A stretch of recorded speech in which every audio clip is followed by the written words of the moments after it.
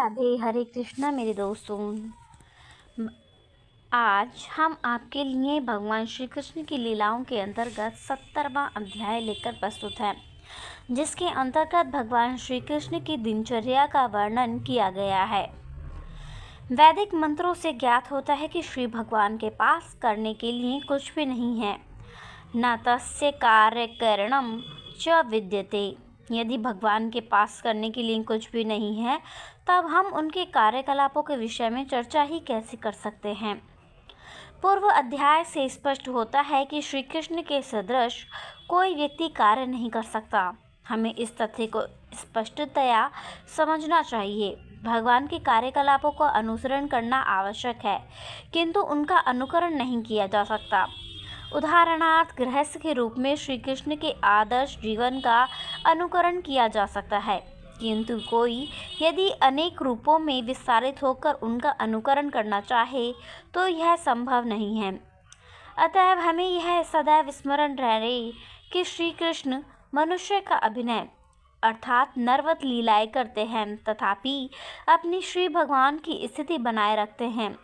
एक साधारण मनुष्य के समान श्री कृष्ण के उनकी पत्नियों के साथ व्यवहार का हम अनुकरण कर सकते हैं, किंतु एक समय में 16,000 से भी अधिक पत्नियों के साथ उनके व्यवहार का हम अनुकरण नहीं कर सकते।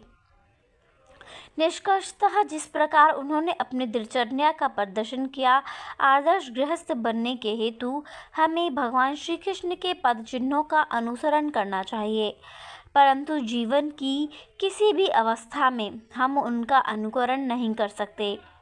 भगवान श्री कृष्ण अपनी 16,000 पत्नियों के साथ विश्राम करते थे, किंतु प्रातःकाल सूर्योदय से 3 घंटे पूर्व से उठ जाते थे। प्रकृति की व्यवस्था के अनुसार मुर्गे का बोलना ब्रह्म मुहूर्त के समय की सूचना देता है। घड़ियों की कोई आवश्यकता नहीं है। जैसे ही मुर्गा प्रातःकाल बोलता है, हमें समझ लेना चाहिए कि अब उठने का समय हो चुका है। उस ध्वनि को सुनकर श्री कृष्ण शैया से उठ जाते थे, परंतु उनका प्रातः उठना उनकी पत्नियों को रुचिकर नहीं था। श्री कृष्ण की पत्नियां उनमें इतनी आसक्त थीं कि शैया में वे श्री कृष्ण का आलिंगन किए रहती, परंतु जैसे ही मुर्गे बोलते तो श्री कृष्ण की पत्नियां उदास हो जाती एवं मुर्गे की ध्वनि की निंदा करने लगीं। प्रत्येक राजमहल के उद्यान में पारिजात पुष्प लगे हुए थे। पारिजात कोई कृत्रिम पुष्प नहीं। स्मरण रहे कि श्री कृष्ण ने पारिजात वृक्षों को स्वर्ग से लाकर सभी महलों के उद्यानों में लगाया था। प्रातःकालीन मंद वायु पारिजात पुष्प की सुगंध को प्रसारित करती तथा श्री कृष्ण निद्रा से उठने के पश्चात उसकी सुगंध का रसास्वादन करते। इस सुगंध के कारण मधुमक्खियां भिनभिनाना आरंभ कर देती और पक्षी भी मधुर कलरव आरंभ कर देते। संपूर्ण रूप से इस ध्वनि को सुनकर ऐसा प्रतीत होता कि वंदी जन एकत्र होकर भगवान श्री कृष्ण की स्तुति करने में संलग्न है। यद्यपि श्री कृष्ण की प्रथम पत्नी श्रीमती रुक्मिणी देवी को ज्ञात था कि ब्रह्म मुहूर्त संपूर्ण दिवस का सर्वाधिक शुभ समय है, तथापि ब्रह्म मुहूर्त के आगमन पर वे खिन्न हो उठती, क्योंकि वे श्री कृष्ण के इस संग का त्याग नहीं करना चाहती थीं। श्रीमती रुक्मिणी देवी की खिन्नता के पश्चात भी ब्रह्म मुहूर्त का आगमन होते ही भगवान श्री कृष्ण उठ जाते। आदर्श गृहस्थ को भगवान श्री कृष्ण के इस आचरण से शिक्षा लेनी चाहिए कि किस प्रकार उसे प्रातःकाल उठना चाहिए, चाहे वह कितनी ही सुविधाजनक स्थिति में क्यों न लेटा हो। विश्राम करके उठने के पश्चात श्री कृष्ण अपने मुख, भुजाओं तथा चरणों को धोते एवं तत्काल बैठकर स्वयं का ध्यान करने लगते। इसका अर्थ यह नहीं है कि हमें भी बैठकर स्वयं पर ही ध्यान करना चाहिए। हमें श्री कृष्ण, श्री राधा कृष्ण का ध्यान करना चाहिए। वही वास्तविक ध्यान है। श्री कृष्ण स्वयं श्री कृष्ण हैं, अतः वे हमें शिक्षा दे रहे थे कि ब्रह्म मुहूर्त का उपयोग श्री राधा कृष्ण का ध्यान करने के लिए करना चाहिए। ऐसा करने से भगवान श्री कृष्ण अत्यंत संतोष का अनुभव का अर्थ है प्रसन्न करना। किसी व्यक्ति के पूर्वज को भले ही किसी अन्य ग्रह पर शरीर ग्रहण करना पड़े, परंतु इस तर्पण प्रणाली का पालन करने से वे अत्यंत प्रसन्न हो जाते हैं। गृहस्थ का यह कर्तव्य है कि वह अपने परिवार के सदस्यों को सुखी रखे एवं इस तर्पण प्रणाली का पालन करने से वह अपने पूर्वजों को भी सुखी रख सकता है। पूर्व अनुकरणीय गृहस्थ होने के रूप में भगवान श्री कृष्ण इस तर्पण प्रणाली का पालन करते तथा अपने परिवार के ज्येष्ठ सदस्यों की सादर वंदना करते। दान में उनका अगला कर्तव्य ब्राह्मणों को गौओं का दान करना था। भगवान श्री कृष्ण कम से कम हजारों गौवें दान में देते थे। सारी गायें रेशमी चादर और मोतियों की मालाओं से सुसज्जित होती थीं। उनके सींग स्वर्ण पत्र से बंके हुए होते और उनके खुर चांदी के बने हुए होते थे। उनमें प्रथम जन्मे बछड़ों के उनके समीप होने के कारण वे दूध से परिपूर्ण थीं तथा वे बहुत ही शांत एवं सौम्य थीं। जब गायें ब्राह्मणों को दान में दी जाती तब ब्राह्मणों को सुंदर रेशमी वस्त्र दिए जाते। इसके अतिरिक्त प्रत्येक ब्राह्मण को एक मर्ग श्राम एवं तिल के पर्याप्त दान दिए जाते। श्री भगवान को सामान्यतः गौ ब्राह्मण हिताय च कहते हैं, जिसका अर्थ है उनका पहला कर्तव्य ब्राह्मणों और गौओं के कल्याण का ध्यान रखना है। अतएव श्री कृष्ण गायों को भरपूर अलंकरणों एवं उपकरणों सहित ब्राह्मणों को दान में दिया करते थे। तत्पश्चात सभी जीवों के कल्याण की आकांक्षा करते हुए वे दूध, अग्नि, मधु, घी, स्वर्ण एवं रत्नों जैसे सौभाग्यशाली वस्तुओं का स्पर्श करते। यद्यपि अपने दिव्य शरीर की संपूर्ण आकृति के कारण श्री कृष्ण प्रकृति से अति सुंदर हैं, तथापि वे स्वयं पीले रंग के वस्त्रों को धारण कर लेते तथा कौस्तुभ मणियों की कंठी पहन लेते। वे फूलों की माला पहनते, अपने शरीर पर चंदन का लेप करते और स्वयं को सौंदर्यवर्धक सामग्री एवं आभूषणों से सुसज्जित करते। ऐसा कहा जाता है कि श्री भगवान के दिव्य शरीर का स्पर्श पाते ही सभी आभूषण स्वयं सुंदर बन जाते। इस प्रकार स्वयं को सुसज्जित करने के पश्चात श्री भगवान गाय बछड़ों की संगमरमर की मूर्तियों को देखते और श्री शिव जी तथा अन्य देवताओं के मंदिरों के दर्शन करते। ऐसे अनेक ब्राह्मण थे जो उपहार करने से पूर्व श्री भगवान के दर्शन के लिए नित्य आते। ब्राह्मण उनको देखने के लिए उत्सुक थे एवं श्री भगवान उनका स्वागत करते। उनका अगला कर्तव्य नगर और राजमहल में विभिन्न स्थित जाति के लोगों को सुखी करना था। श्री भगवान उनकी इच्छाओं की पूर्ति करते, उन्हें प्रसन्न करते और जब वे उन्हें प्रसन्न देखते तो वे स्वयं प्रसन्न हो जाते। फूलों की मालाएं, सुपारियां, चंदन और अन्य सुगंधमय सौंदर्यवर्धक वस्तुएं जिन्हें श्री भगवान के प्रति अर्पित किया जाता था, सर्वप्रथम ब्राह्मणों एवं परिवार के ज्येष्ठ सदस्यों के पश्चात रानियों तथा मंत्रियों को प्रस्तुत की जाती थीं। उसके बाद यदि कुछ शेष बच जाता तो वे उसे अपने व्यक्तिगत उपयोग के लिए रख लेते। जब तक श्री भगवान अपनी दिनचर्या को समाप्त करते तब तक उनका सारथी दारुक अपने अद्भुत रथ को लेकर आता एवं श्री भगवान के सम्मुख हाथ जोड़कर खड़ा हो जाता। इससे श्री भगवान को संकेत मिल जाता कि रथ तैयार है एवं यात्रा करने के लिए वे अपने राजमहल से बाहर निकल आते। तत्पश्चात उद्धव जी एवं सात्विकी के साथ श्री कृष्ण रथ पर चढ़कर सवारी करते। ठीक उसी प्रकार जैसे सूर्यदेव अपनी चमकीली किरणों को विश्व के धरातल पर डालते हुए प्रातःकाल अपने रथ पर चढ़कर सवारी करते हैं। जब श्री भगवान राजमहलों से जाने लगते तो सभी रानियां उनकी ओर स्त्रियोचित चेष्टाओं से देखती। श्री भगवान उनके अभिवादनों का मुस्कुराहटों से उत्तर देते। श्री कृष्ण के द्वारा ऐसा करने से उनके हृदय में इतना आकर्षण उत्पन्न हो जाता कि वे श्री भगवान से तीव्र वियोग का अनुभव करती। तत्पश्चात श्री कृष्ण सुधर्मा नामक सभा भवन में आते हमें यह स्मरण रहे कि सुधर्मा सभा भवन को वैकुंठ लोक से लाकर द्वारका में पुनर्स्थापित किया गया था। सभा भवन का विशिष्ट महत्व यह था कि जो भी उसमें प्रवेश करता था वह भूख, प्यास, शोक, मोह, जरा और मृत्यु इन 6 प्रकार के भौतिक बंधनों से मुक्त हो जाता। ये भौतिक अस्तित्व के जाल हैं और जब तक व्यक्ति सुधर्मा सभा भवन में रहता तब तक वह इन 6 भौतिक जालों से पीड़ित नहीं होता था। श्री कृष्ण सभी 16,000 महलों से विदाई लेते थे और वे पुनः एक होकर सुधर्मा सभा भवन में यदुवंश के अन्य सदस्यों के साथ जुलूस में प्रवेश करते। सभा भवन में प्रवेश करने के पश्चात वे उच्च शानदार सिंहासन पर बैठ जाते और उनसे दिव्य ज्योति की चमकती किरणें निकलती हुई दिखाई देती। यदुवंश के महान वीरों के समक्ष श्री कृष्ण आकाश में अनेकानेक ग्रहों से घिरे हुए पूर्ण चंद्रमा के सदृश लगते। सभा भवन में सुनिपुण विदूषक, नर्तक, संगीतकार एवं नर्तकियां तथा जैसे ही श्री भगवान सिंहासन पर बैठते वे उन्हें आनंदित करने और प्रसन्नचित्त करने के लिए अपने अपने कार्यों को आरंभ कर देते।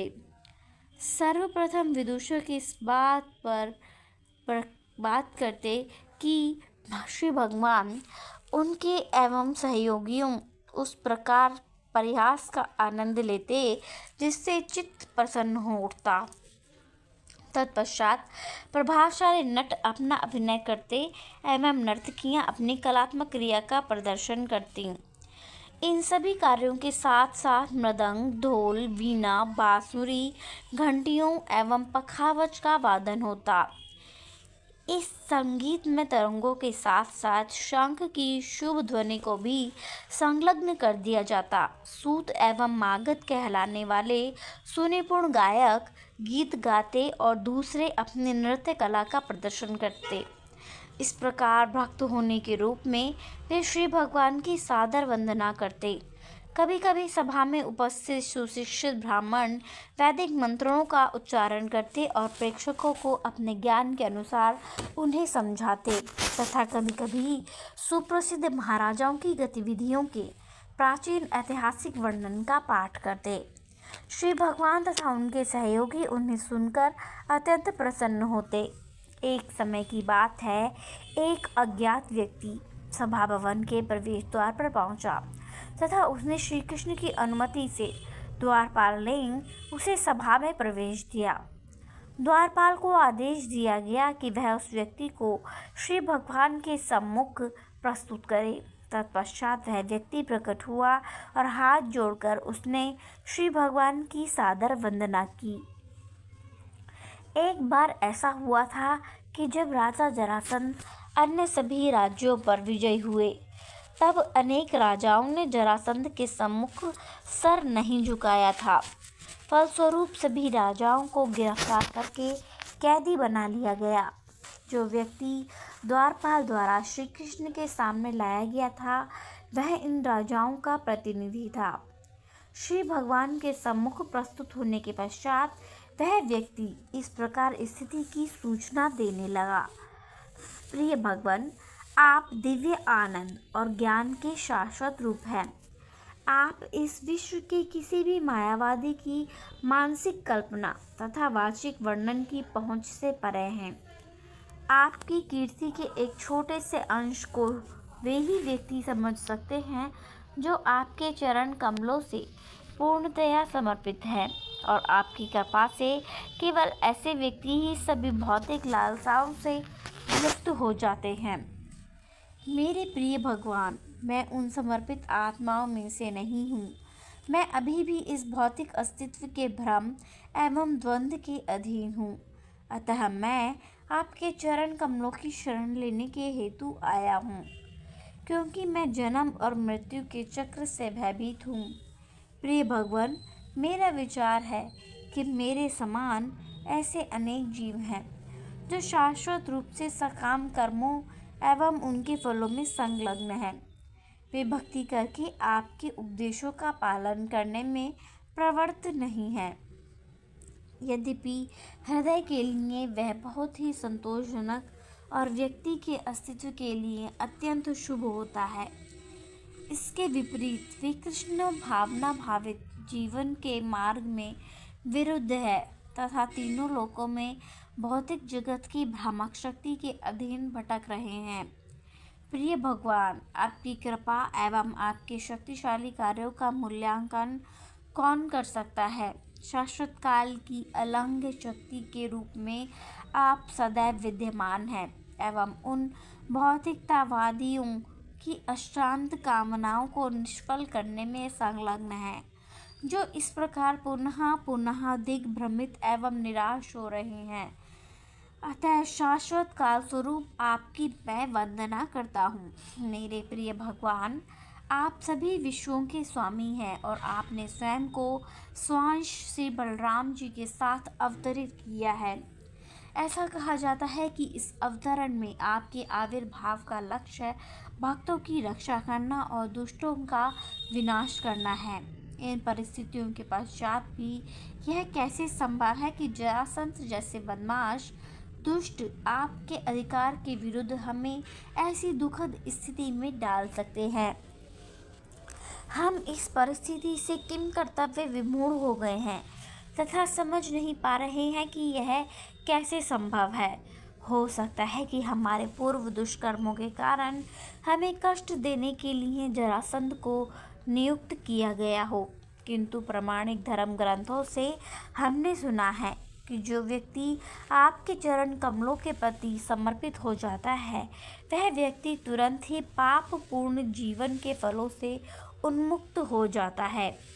आपकी शरण में हम सबको पूरे मन से समर्पित करने के लिए सभी कैदी राजाओं द्वारा मुझे नियुक्त किया गया है और हम आशा करते हैं कि श्रीमान अब हमें पूर्ण संरक्षण देंगे। हम अपने जीवन के वास्तविक निष्कर्ष पर पहुंच गए हैं। हमारी राजसी स्थितियां और कुछ नहीं बल्कि हमारे पूर्व पुण्य कर्मों का पुरस्कार मात्र हैं। ठीक उसी प्रकार जैसे जरासंध द्वारा हमारा कैद किया जाना हमारे पूर्व पाप पूर्ण कर्मों का परिणाम है। हमने अब अनुभव कर लिया है कि हमारे पुण्य और पाप कर्मों के परिणाम स्वरूप प्रतिक्रियाएं अस्थायी हैं और हम इस बद्ध जीवन में कभी भी प्रसन्न नहीं हो सकते। ये भौतिक शरीर हमें भौतिक गुणों के अनुसार प्रदान किए जाते हैं। इसके कारण हम अत्यंत उद्विग्न रहते हैं। जीवन की भौतिक स्थिति में केवल इस मृत शरीर के बोझ को ढोना पड़ता है। अतः सकाम कर्मों के परिणाम स्वरूप हम इन शरीरों में भार ढोने वाले पशु बनने के लिए बाध्य किए गए हैं तथा बद्ध जीवन के द्वारा बाध्य किए जाने पर हमने कृष्ण भावना अमृत के सुखी जीवन को त्याग दिया है। अब हमें अनुभव हुआ है कि हम सबसे अधिक मूर्ख हैं। अपनी अज्ञानता के कारण हम भौतिक प्रतिक्रियाओं के जाल में फंस गए हैं। अतएव हम आपके चरण कमलों की शरण में आए हैं, जो फलदायक कार्यकलापों के परिणामों को तुरंत ही उन्मूलित कर सकती है और हमें भौतिक सुख एवं दुख के दोष से मुक्त कर सकती है। प्रिय भगवान, क्योंकि हम आपके चरण कमलों में समर्पित आत्माएं हैं, अतः जरासंध के रूप में उद्धृत हमारे सकाम कर्मों के बंधनों से अब आप हमें मुक्त कर सकते हैं। प्रिय प्रभु, यह आपको ज्ञात है कि जरासंध 10,000 हाथियों की शक्ति धारण करता है तथा इसी शक्ति के द्वारा उसने हमें अपना बंदी बना लिया है। ठीक उसी प्रकार जैसे एक सिंह मेमनों के पूर्ण झुंड को सम्मोहित कर लेता है। प्रिय भगवान, आप अब तक क्रमशः 18 बार लड़ चुके हैं, जिसमें से उसकी असाधारण शक्तिशाली स्थिति पर विजयी होकर आपने 17 बार उसे हराया है, परंतु अपने 18वें युद्ध में आपने मानवता प्रदर्शित की, इसलिए ऐसा प्रतीत हुआ कि आप पराजित हो गए हैं। प्रिय प्रभु, हम पूर्ण रूप जानते हैं कि जरासंध आपको कभी भी नहीं हरा सकता, क्योंकि आपकी शक्ति, क्षमता, संपत्ति और अधिकार सभी अनंत हैं। कोई भी व्यक्ति तुलना में न तो आपके समान है, न आपसे बढ़कर हो सकता है। 18वें युद्ध में जरासंध के द्वारा आपकी पराजय की प्रतीति मानवता का एक प्रदर्शन मात्र है। दुर्भाग्यवश मूर्ख जरासंध आपके चातुर्य को नहीं समझ पाया और तब से वह अपनी भौतिक शक्ति एवं प्रतिष्ठा पर गर्व करता है, विशेष रूप से यह जानते हुए कि आपके भक्त होने से हम आपके प्रभुत्व के अधीन हैं। उसने हमें पकड़कर बंदी बना लिया है। अब मैंने अपनी दुखद स्थिति का वर्णन कर दिया है और हम श्रीमान निर्णय लेकर अपनी इच्छानुसार कार्य कर सकते हैं। सभी बंदी राजाओं का प्रतिनिधि होने की वजह से मैंने अपने शब्दों को श्रीमान के प्रति समर्पित कर दिया है और अपनी प्रार्थना को आपके समक्ष प्रस्तुत कर दिया है। सभी राज्य आपके दर्शन करने के हेतु बहुत आतुर हैं, जिससे व्यक्तिगत रूप से वे स्वयं को आपके चरण कमलों में समर्पित कर सकें। प्रिय भगवान, उन पर कृपा कीजिए एवं उनके भले के लिए कार्य कीजिए। जिस समय बंदी राजाओं का प्रतिनिधि श्री भगवान के सम्मुख निवेदन कर रहा था, उसी समय देवर्षि नारद जी भी वहां पहुंच गए। चूंकि वे एक महान ऋषि थे, अतएव उनके केश स्वर्ण के समान चमक रहे थे तथा जब उन्होंने सभा भवन में प्रवेश किया तब ऐसा प्रतीत हुआ कि सूर्यदेव व्यक्तिगत रूप से सभा के बीच उपस्थित हैं। भगवान श्री कृष्ण श्री ब्रह्मा जी और शिव जी के लिए भी पूजनीय गुरु हैं। तो भी जैसे ही श्री कृष्ण ने देखा कि देवर्षि नारद मुनि पधारे हैं, तो वे देवर्षि का स्वागत करने के लिए और झुककर सादर वंदना करने के लिए अपने मंत्रियों एवं सचिवों के साथ तुरंत उठ खड़े हुए। देवर्षि नारद मुनि एक सुखद स्थान पर विराजमान हुए तथा भगवान श्री कृष्ण ने संत पुरुष की आवभगत के नियमानुसार सभी प्रकार से उनकी उपासना की। नारद जी को संतुष्ट करने का प्रयत्न करते हुए उन्होंने अपनी मधुर तथा स्वाभाविक ध्वनि में निम्नलिखित वचन कहे। हे प्रिय देवर्षि, अब मैं सोचता हूँ कि तीनों लोकों में सब कुछ ठीक है। आप इस ब्रह्मांड के उच्च, मध्य एवं निम्न लोकों में भ्रमण करने के लिए पूर्ण रूपेण सुयोग्य हैं। सौभाग्य से जब हमारा आपसे मिलन होता है, तब आपके द्वारा हम तीनों लोकों के विषय में जानकारी प्राप्त कर सकते हैं। परम ईश्वर के इस विराट जगत में ऐसा कुछ नहीं है जो आपके ज्ञान से परे हो। आप सब कुछ जानते हैं, अतएव मैं आपसे प्रश्न पूछना चाहता हूँ।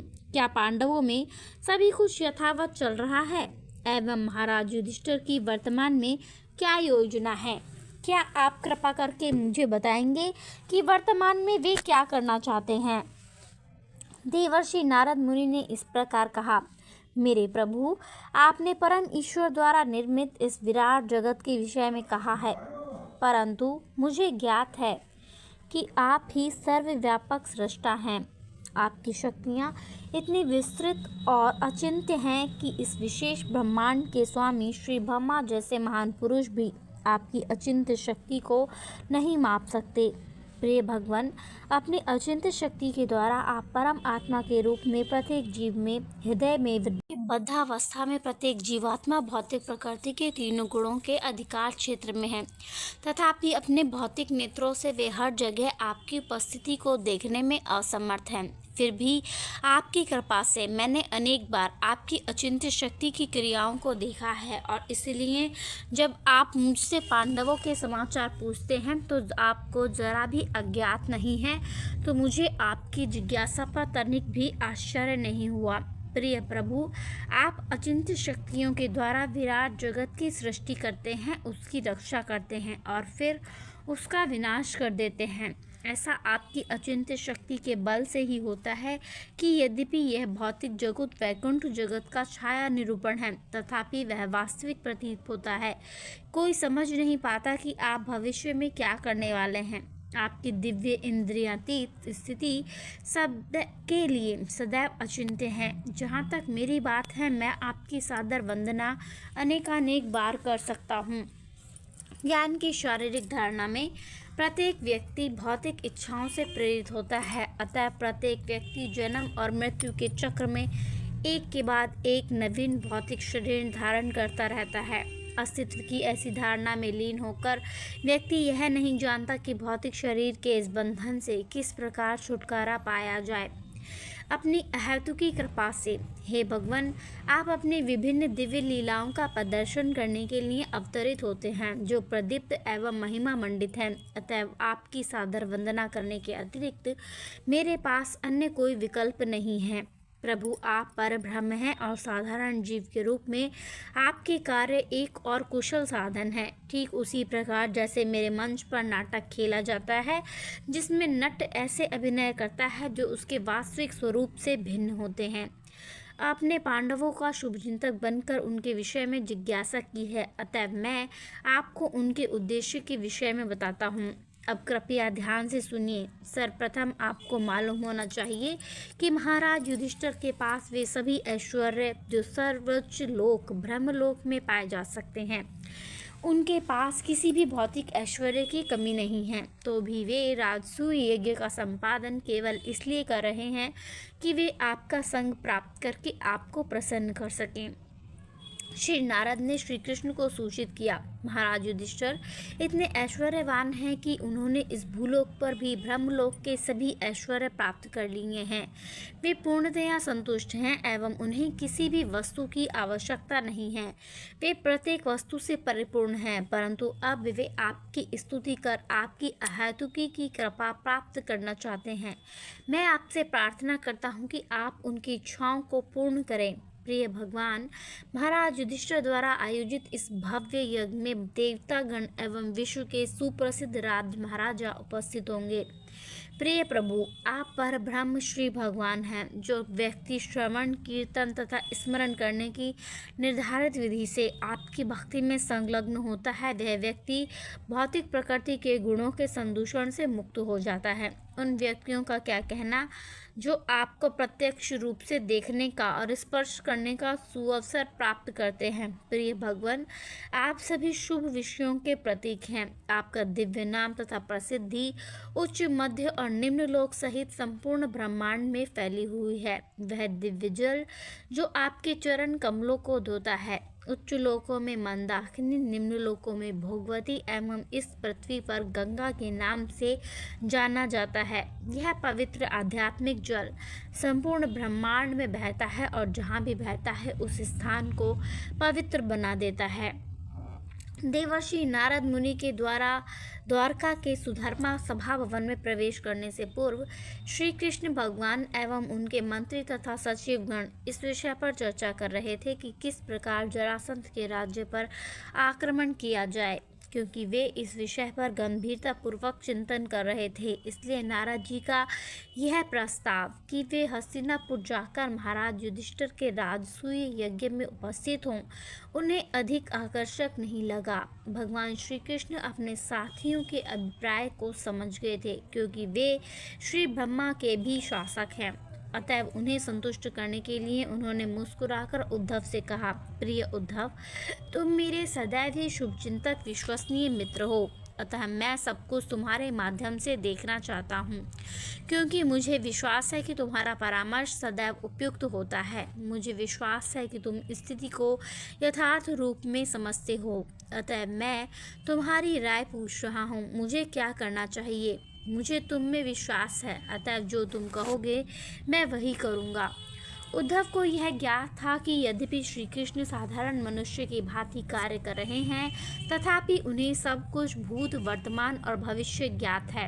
तत्पश्चात भी क्योंकि भगवान उनसे परामर्श करने का प्रयास कर रहे थे, इसलिए श्री भगवान को सेवा अर्पित करने के लिए उद्धव ने बोलना आरंभ किया। इस प्रकार लीला सर्वोच्चतम भगवान श्री कृष्ण के अंतर्गत भगवान श्री कृष्ण की झलक नामक 70वें अध्याय का भक्ति वेदांत तात्पर्य संपूर्ण हुआ। राधे राधे, हरे कृष्णा। धन्यवाद।